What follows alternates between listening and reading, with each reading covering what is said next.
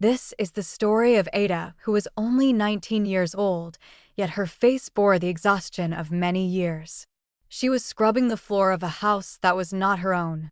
Her future was locked away in a storeroom that reeked of the smell of old fish. But how did all of this begin? For that, we must go back to the small village of Agueda, where Ada lived with her parents.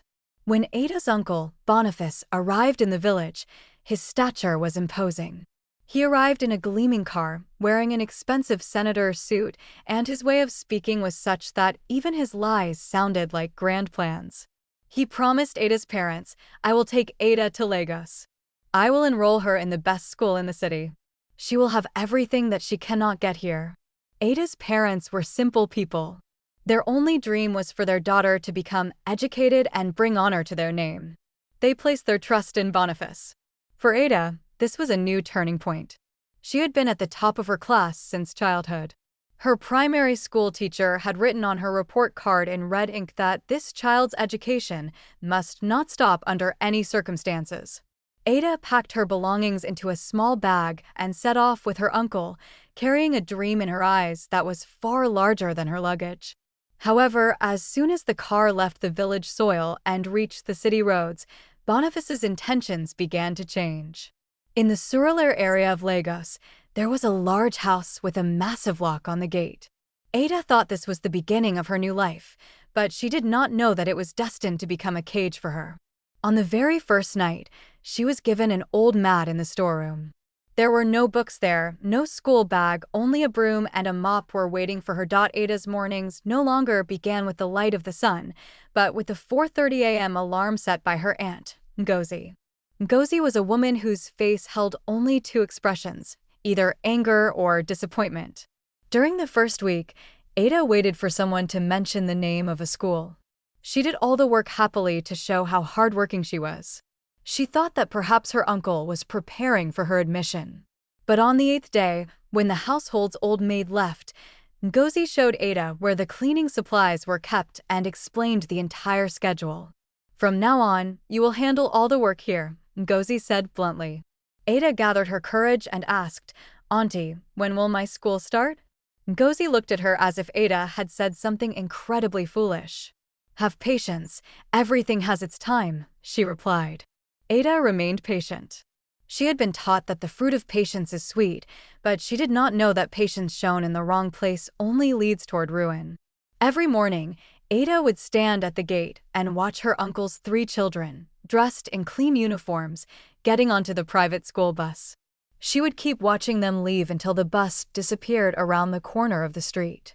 Then she would take a deep breath, pick up her bucket, and head off to scrub the floors. The heat of Lagos and the burden of work were trying to break her, but there was something inside Ada that refused to be extinguished.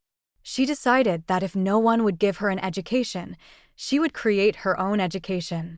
She began collecting discarded books from the trash. 2 years had passed. False messages were sent to Ada's parents in the village.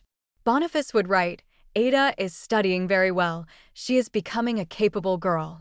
The poor parents were happy, believing their daughter was on the path to becoming a doctor or an engineer. Little did they know that their queen daughter was buried between walls of lies and oppression in a corner of Lagos. But Ada had not given up. By now, she had filled 11 notebooks. She had bought these notebooks by secretly saving money from the market expenses.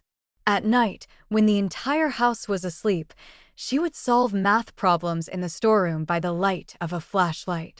She gathered information about the country and the world from news on the radio and wrote it in her diary. She had found an old textbook and had read every chapter of it 10 times over. One day, Ada discovered that there was a public library 3 bus stops away from the house. Whenever she was sent to the market or given a task that allowed her to go outside, she would go there secretly. Sometimes she didn't have the bus fare, so she would walk for 40 minutes there and 40 minutes back. Sitting in the library, she would read books on history, science, and law. An old librarian there, Mrs. Adeutu, noticed that this girl didn't come to pass the time like others. Instead, she studied as if she were taking the exam of her life. One afternoon, Mrs. Adeutu came up to her and said softly, "There is an evening school 3 streets away from here." Their fees are very low and admissions are open. Would you like to go? A spark appeared in Ada's eyes. Ada had decided to enroll in the evening school. However, for this, she needed money. For the past 8 months, she had started saving every single naira. Whenever Ngozi sent her to the market, Ada would calculate the costs in her mind and save 5 or 10 naira from the price of the vegetables. She kept that money hidden under her old mat. When she paid her fees for the first time, she felt as if she had paid the first installment of her freedom. The evening school classes were held from 6 p.m. to 8 p.m. Ada increased the pace of her household chores so that she could leave on time. There, she sat among people much younger and some older than herself, but the biggest obstacle in her path was not time, but her hunger. Despite working hard all day, there was a passion in her eyes instead of exhaustion. It was there that she met a volunteer teacher named Eka.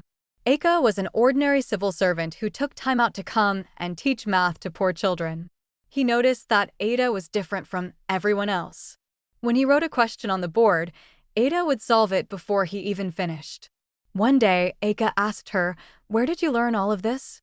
Ada hesitantly explained that she had taught herself from discarded books. Eka looked at her softly and said, "I have more books. I can give them to you if you want." This was not a romance, but the meeting of two people who knew the value of knowledge. Eka had given Ada not just books, but a new hope, but Ada's happiness did not last long. Boniface's daughter, Chisholm, who was now 15 years old, was very sharp and cunning. One evening, while she was returning from somewhere in the car with her father, she saw Ada standing on the threshold of the evening school with a notebook. Ada was there talking to Eka. Chisholm immediately made a mental note of this and, as soon as she reached home, told her mother, Ngozi, everything. Ngozi did not ask Ada any direct questions because she knew that a direct confrontation might make Ada rebel. Instead, she increased Ada's workload even further.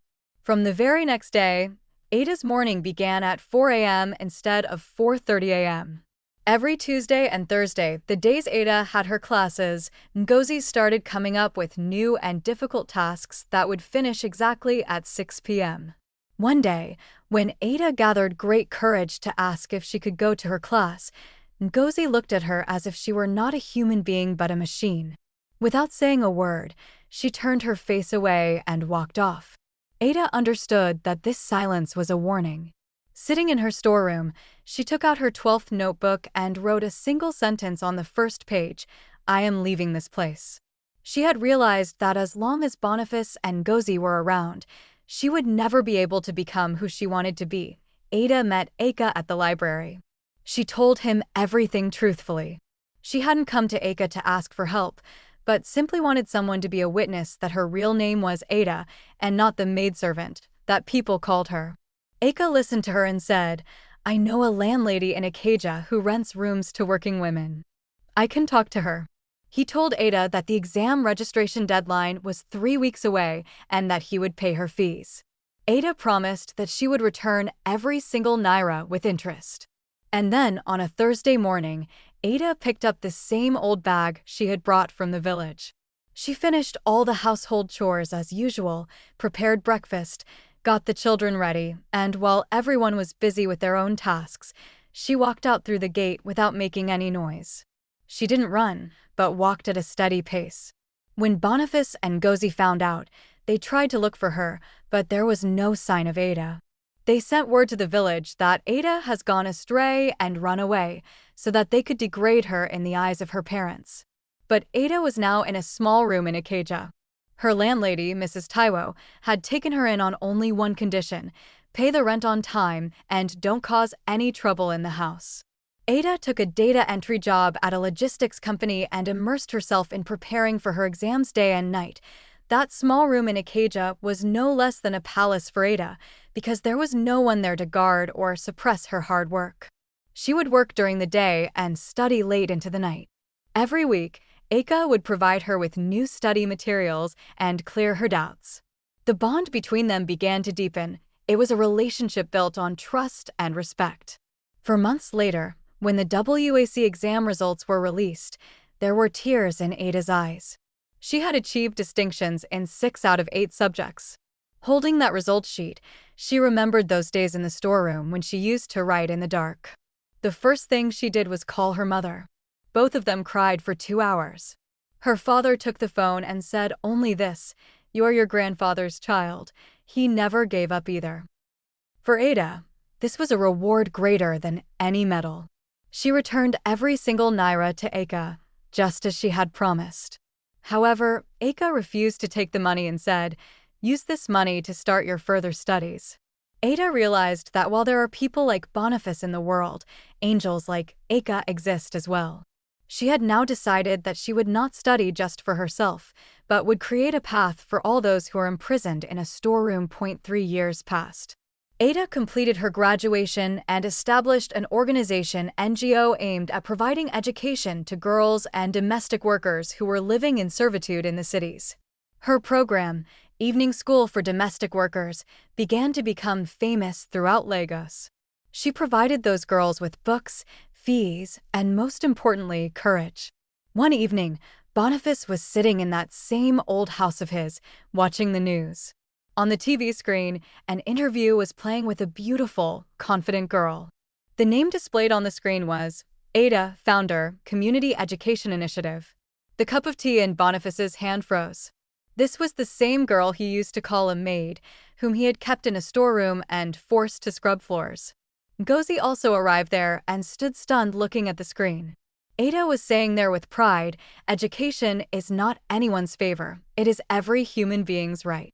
Boniface now began to feel hot in his old senator suit. He remembered that he had lied to Ada's parents, but today Ada's success had shattered every one of his lies in the mirror of truth. He realized that the daughter he had tried to suppress had today become a fire whose light the entire country was watching. Ada and Eka decided to get married. It was a simple yet beautiful wedding that took place on a Saturday during the dry season. Ada's parents came from the village for the wedding. Mrs. Adedutu, the librarian, cried the entire time because she was proud that she had shown Ada the way to the evening school that day. Miss Annika, Ada's old teacher, gave a speech that brought tears to everyone's eyes. Ada named her first daughter after her mother, and her second daughter Amara, which means grace. She had broken all ties with Boniface and his family. No anger, no revenge, just a deep silence. She had realized that forgiving people like them was the greatest punishment for them. She now lived in a large flat where there were books and light everywhere. There was no storeroom in her house that reeked of the smell of fish. Instead, the fragrance of new dreams came from there. Eka stood by her at every step. Their journey was no longer just their own. They had become an example for thousands of girls. One day, Ada's father came to Lagos to meet her. As he sat in her new home, he took his granddaughter into his arms and remained silent for a long time. Then, taking a deep breath, he said, "I should have come to you sooner, Ada. I trusted the wrong man." Ada held her father's hand and said with a smile, "Father, you came when you could, and I left that place when I had to. Everything is fine." Ada showed her father how her organization was now working in partnership with the government. She told him how girls who had once lost all hope were now taking exams and working jobs. There were tears of pride in her father's eyes. He felt that his daughter had not only changed her own future, but had also immortalized the values he had given her. But one thing was clear in Ada's heart: patience is not always a good thing. If she had continued to remain patient there, she would still be scrubbing those same floors today. She learned that when patience is used to keep you small, it is not patience, but a prison. And breaking that prison is true bravery. People used to ask if Ada didn't want to take revenge on Boniface. Ada would simply smile and say, "My success is my revenge." Boniface's business gradually began to decline, and even his own children did not respect him. Every moment, he would remember Ada's face and that storeroom, which now lay empty but was still haunted by the memories of Ada. Ada wrote a book titled The 12 Notebooks. In it, she shared the story of those 4 years when she studied in the dark. This book became a bestseller. She donated all the earnings from it to her organization so that more libraries and schools could be built. She was no longer just a girl, she had become a movement. Every year, She would visit Aguirre and tell the children at the local school, "Never give anyone the right to decide what you will become. Your destiny is in your own hands, whether you hold a broom or a pen." The villagers now called her Daughter of the King, which was the true meaning of her name. So friends, this was the story of Ada.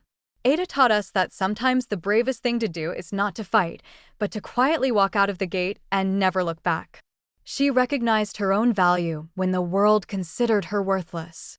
If you are in a storeroom today, whether it is a physical room or a constraint in your mind, remember that Ada left on a Thursday morning.